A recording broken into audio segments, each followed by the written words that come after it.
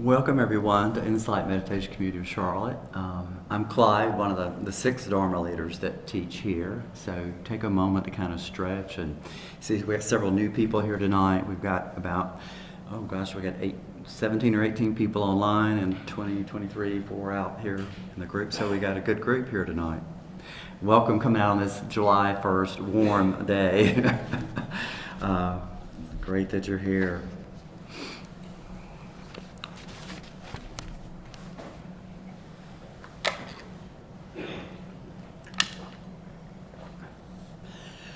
Well, tonight, the name of my talk is 38 Blessings, but ...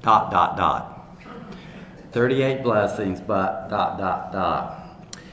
Last week, Debbie talked about dukkha and death. Tonight, I'm going to talk about dukkha and happiness. And I already had this talk planned before last week, so it just worked out this way. So let's start out with, before we get to the blessings, I'm going to talk about the Four Noble Truths, what the Buddha taught. The Buddha taught that there was dukkha, and dukkha is translated sometimes as anxiety, stress, suffering. And then there is a cause of dukkha, and that is attachment or clinging. There is a way out of suffering, and that is the Noble Eightfold Path. So that's the top 4 of Buddha's teachings. Okay, so we hear a lot about this idea of dukkha and how it's get translated and everything, but Bhikkhu Bodhi says, the Buddha not only proclaims the path to full enlightenment and full liberation, but he also eliminates the many ways the Dharma applies to the complex conditions of human life for people still immersed in the world. That would be us. The Dharma, in its broadest sense, is the immanent, variable order of the universe in which truth, lawful regularity, and virtue are inextricably merged. This cosmic Dharma is reflected in the human mind as the aspiration for truth, spiritual beauty, and goodness. It is expressed in human conduct as wholesome bodily, verbal, and mental action. So when we come in here, we talk a lot about dukkha. We talk about how to transcend dukkha, and we talk about being in meditation. But there are a lot of suttas about that reflect the Buddhist teachings that promote welfare and happiness directly visible in this present life. There are a lot of suttas about how to be happy, that it's okay to be happy in this life. And we're going to explore some of those. In the Digna Nikaya, there's one called the Layperson's Code of Discipline. And he breaks it down. There's 6 basic social relationships, and there's how they act with each other. Parents and children, teachers and pupils, husband and wife, friend and friend, employer and workers, and then lay followers and religious guide. And each one of these, he has a paragraph that how these people interact with each other. And the Ranta Nikaya, there's verses on, and he talks about a family man's happiness, but I think we can talk about a family's happiness now. He says there's 4 kinds. There's the happiness of possession, which sounds kind of odd. This is wealth acquired by energetic striving, righteously gained. So wealth, he's talked about having wealth and being gained, and he calls this happiness of possession. There's the happiness of enjoyment. He enjoys his wealth and does meritorious deeds. There's another few verses on how to enjoy your wealth. And the first thing is that you provide for the happiness of your family and friends and your relatives. And he talks about doing meritorious deeds where you give, being generous with to monks and mendicants and helping people out. He talks about the happiness of freedom from debt, not being indebted to anyone to any degree. And then there's the happiness of blamelessness. Blameless conduct of body, speech, and mind. And that's when we talk about here about the sila and the ethical part of our training. that we act with this, so we're blameless. Our actions are above board. There's another one that talks about the present and future welfare. And this is this group of people he was talking with. They said, "Venerable Sir," he's talking to the Buddha, "we are lay people who enjoy sensual pleasures, dwelling at home in a bed crowded with children, enjoying fine sandalwood, wearing garlands, scents, and unguents, accepting gold and silver. Teach us in a way that will let it lead to our welfare and happiness, both in the present life and in the future life as well."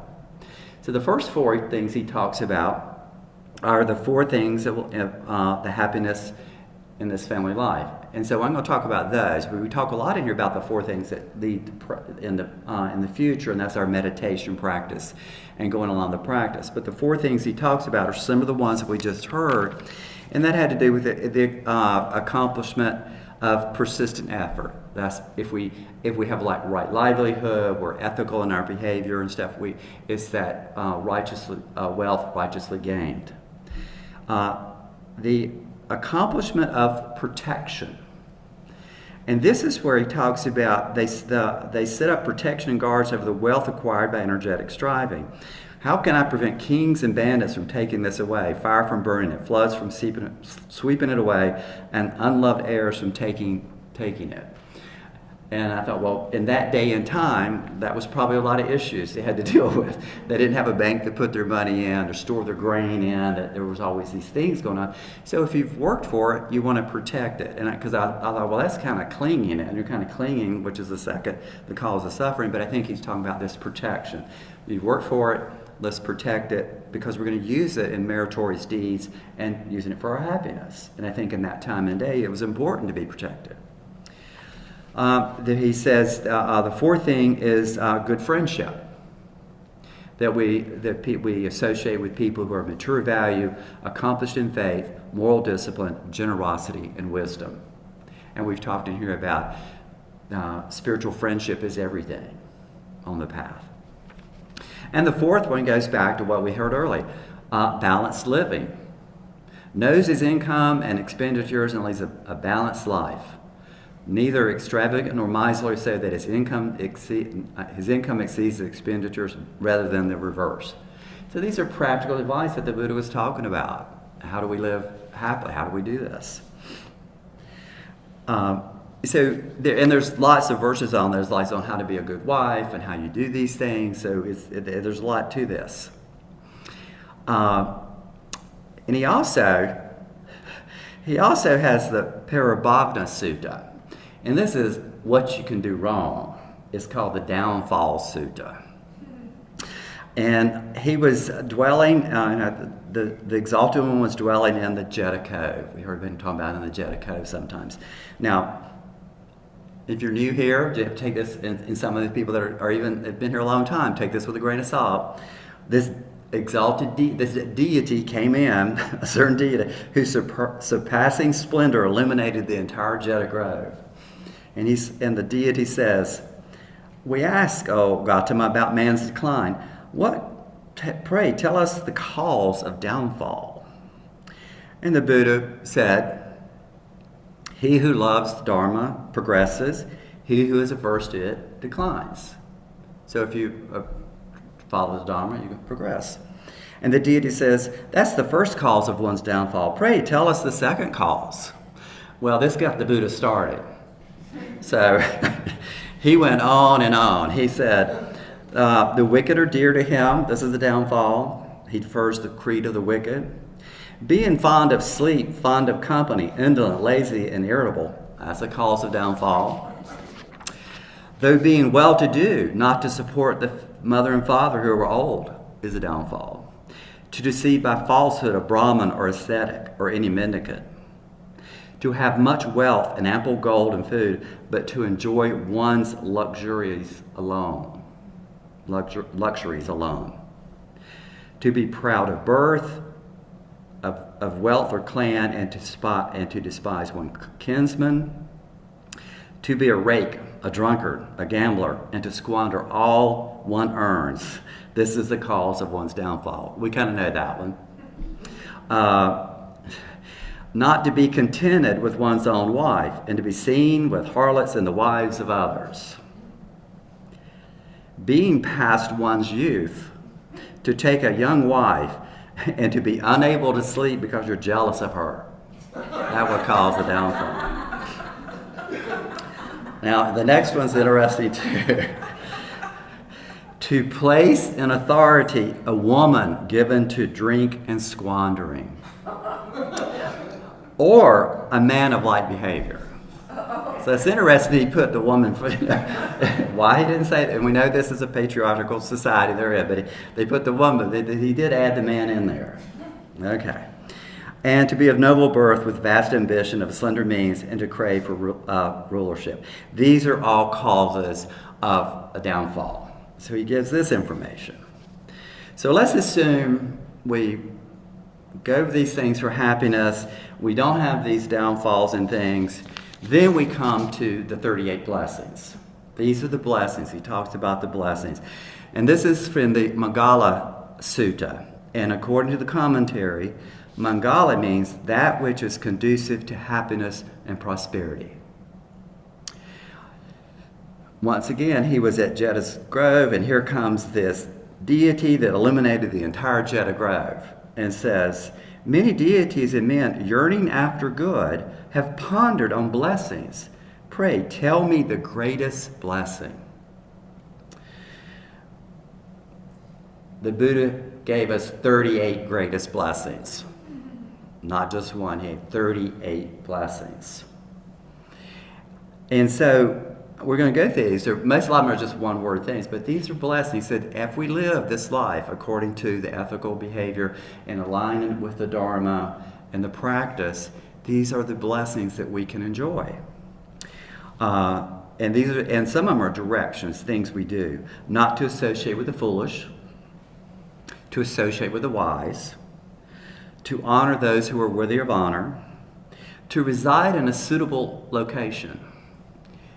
And what that means is that's where monks, nuns, and lay devotees continuously reside, where pious folk are bent on the performance of the 10 meritorious deeds, and where the Dharma exists as principle, living principle. And I had to look up what meritorious deeds were. What are the 10 meritorious deeds?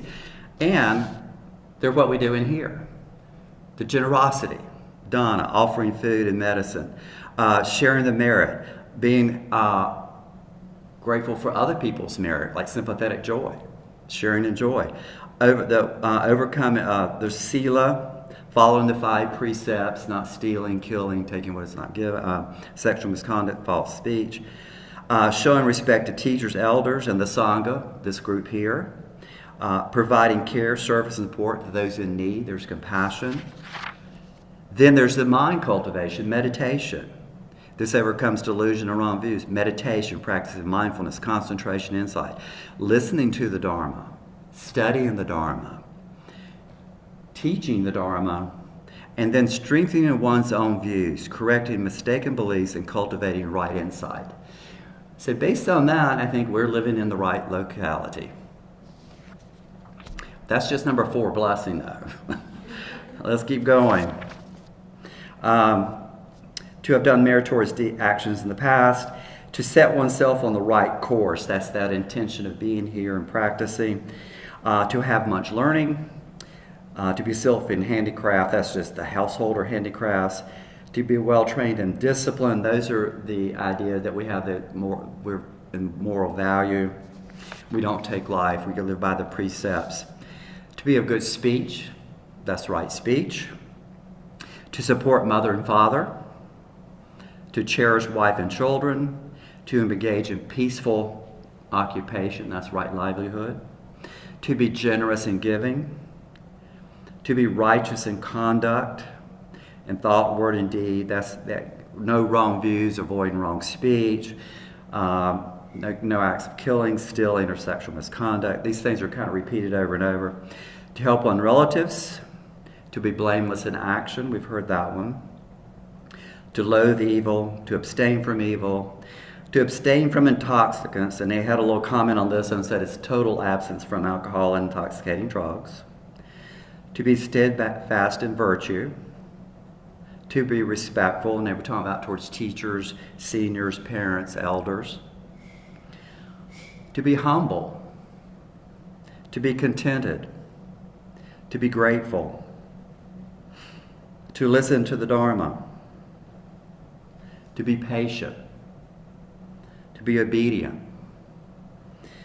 The 29th one was to associate with monks and to have religious discussions on due occasions.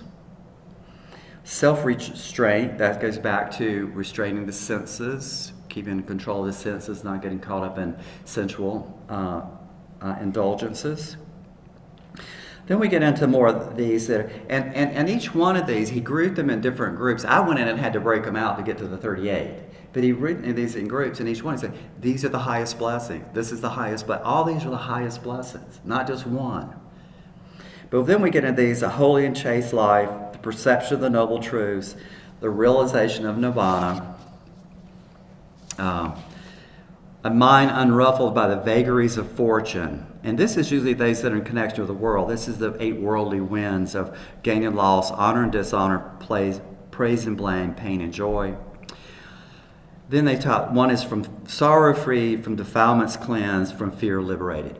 These last 4 or 5 have to do with the life of an arhat, someone who has become enlightened. So these are that's their blessings. They have gone the path, they've been enlightened, they're freed from the defilements. But all those before that are things that we can do, that we have, that we can enjoy, that we can, that idea of count your blessings. The Buddha talked about this. It wasn't all, like I said, we sit in and we talk a lot about suffering, but he talked a lot about enjoying life, and we can be happy and we can enjoy these blessings if we live in accordance with the Dharma, with the ethical guidelines that he gives, with right intention, free from greed, hatred, and delusion, and this idea of inaction of body, speech, and mind. Now, I did say the name of my talk was 38 Blessings, but ... Here's the but part. All these blessings, however, are unstable and subject to change. They are all impermanent. Therefore, they are unreliable, unable to provide complete satisfaction. That is, as wonderful as they are, and we can enjoy them, they're not going to lead to this long-term happiness and satisfaction. Bhikkhu Bodhi says, it is this sense of deficiency or lack that the word dukkha is intended to suggest. That as much as we have and we enjoy it, there's this little thing of this lack of that's that dukkha. And so we have to remember that. We have to enjoy the life, but we have to remember that idea of the dukkha. And you think, well, why do we talk so much about dukkha in here? Because the Buddha, you have to remember that the little sutta where the Buddha goes out into the forest with some of his monks, and he picks up a handful of leaves, and he says, are there more leaves in my hand or on the forest floor here? And the monk said, well, there's a lot more leaves out there on the forest floor. And he said, exactly. And the Buddha knows all this stuff. But I'm only going to teach you the things that are important. And that's why he talks about the suffering and the end of suffering. And that's what he taught.